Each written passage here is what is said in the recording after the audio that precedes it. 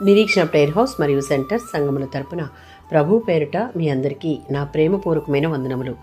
ఈరోజు దేవుని వాగ్దానం విలాప వాక్యములు 2వ అధ్యాయం 19వ వచనం. నీ పసిపిల్లల ప్రాణము కొరకు నీ చేతులను ఆయన తట్టు ఎత్తుము.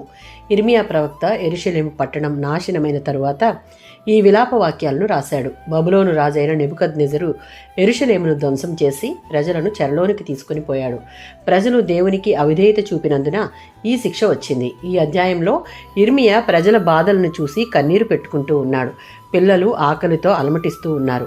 ఈ పరిస్థితుల్లో ఇర్మియా ప్రవక్త ప్రజలను దేవుని వైపు పశ్చాత్తాపంతో తిరిగి దేవుని సన్నిధిలో హృదయాలను కృమ్మరించాలని పిలుపునిస్తూ ఉన్నాడు. నీ పసిపిల్లల ప్రాణము నిమిత్తము నీ చేతులను ఆయన వైపు ఎత్తుము అనగా తల్లిదండ్రుల ప్రార్థన పిల్లల జీవితాన్ని కాపాడగలదు. కనుక మనం ఏమీ చేయలేనటువంటి పరిస్థితుల్లో సహాయం కోసం దేవునిపైనే ఆధారపడాలి అని ఈ వచనం తెలుపుతూ ఉంది. 62వ సంకీర్తన 8వ చరణం. ఆయన సన్నిధిలో మనకున్న బాధలను దాచకుండా హృదయ వేదనను దేవునికి చెప్పాలి. యోవేలు గ్రంథం 2వ అధ్యాయం 12-13 వచనాలలో మీ హృదయములను చింపుకొనుడి అనగా బాహ్యంగా చూపించే భక్తి ఆచారముల కన్నా నిజమైన పశ్చాత్తాపాన్నే దేవుడు కోరుతూ ఉన్నాడు. ఫిలిప్పీలకు రాసిన పత్రిక 4వ అధ్యాయం 6వ వచనం.